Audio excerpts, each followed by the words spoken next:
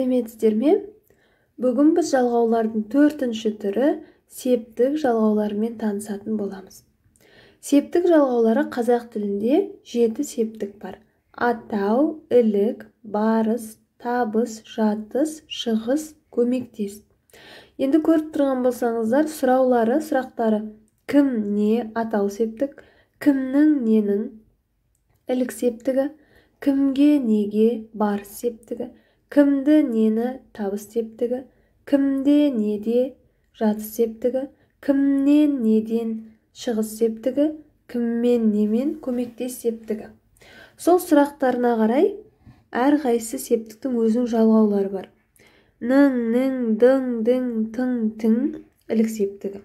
Барыстікі ға, ге, қа, ке, на, не, а, е. Табыстікі д, д, т, т, н, н, ын. Да, де, та, те, ында, інде. Нан, нен, дан, ден, тан, тен. Мен, менен, бен, бенен, пен, пенен. Енді қазір бір сөзді 7 септікте септеп көрейік. Зат есімді. Мысалы, қалам деген сөз. Атау септікте не, қалам, жалғауы жоқ, я? Келесі қаламның, ілік септік, барыс септік қаламға, табыс септік қаламды, жатыс септік қаламда, шығыс септік қаламнан, көмектес септік қаламмен. Енді қараңыздар, сөздің соңғы буынындағы дауысты дыбыс жуан болса, онда жуанды алғаймыз, я? Мысалы, ның, ға, ды, да, нан.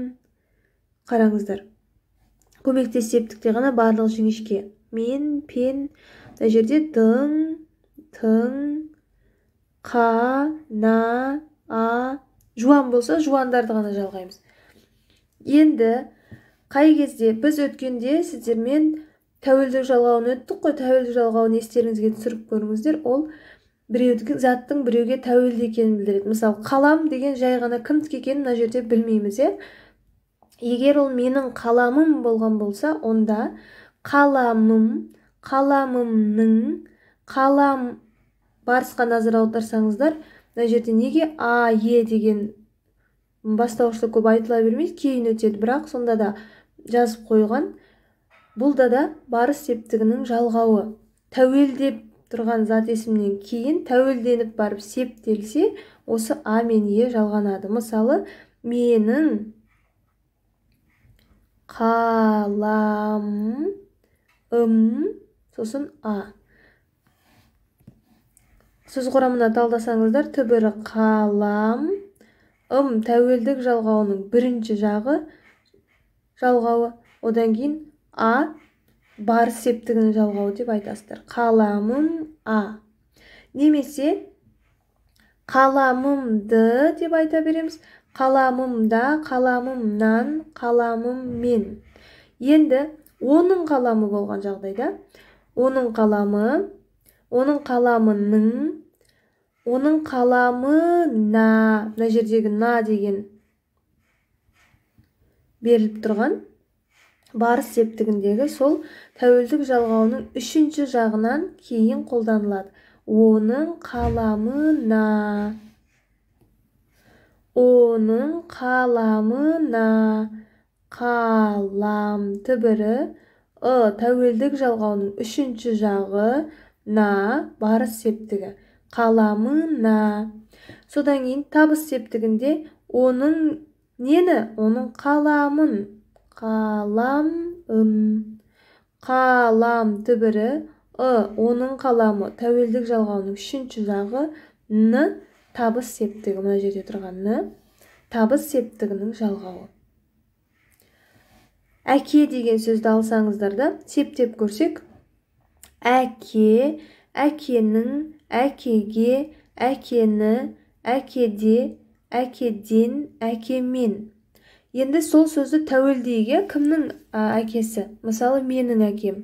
Ол жағдайда әкем, әкемнің, мына жақта ғаге емес, әкемге, әкемді, әкемде, әкемнен, әкеммен. Енді назар аударыңыздар, тәуелдік жалғауының үшінші жағында әкесі, оның әкесі, сол кезде атау септік әкесі, ілік септік әкесінің, барыс септік әкесіне, табыс септік әкесін. Жатыста ында үнде неге тұр деп ойлайсыздар? Сол жерде тәуелдік жалғауының үшінші жағында тұрған зат есім, жатыс септігінде әкесінде. Шығыс әкесінен, көмектес әкесімен.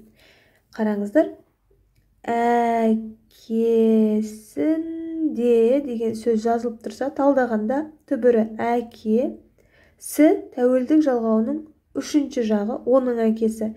Інде жатыс септігінің жалғауы. Сіздер алдынан бері көрген көптік, жіктік, тәуелдік, бүгінгі септік жалғауларын қосып, 4 жалғауларды жақсылап білсеңіздер, қалған жағдайда жалғаудан басқаны жұрнақтың белгісімен белгілеулеріңізге болады. Жұрнақ ол сөзден сөзді тудырады. Ал сіздер қарастырып жатқанның барлығы да белгісі осылай болады. Түбірден кейін егер жалғау болса, бұл көптік, тәуелдік, жіктік және септік. Септіктерден 7. Мұқият естеріңізге сақтап алсаңыздар, сөз құрамына талдау кезінде немесе балаларыңызға көмектескен кезде оңай болады сіздерге.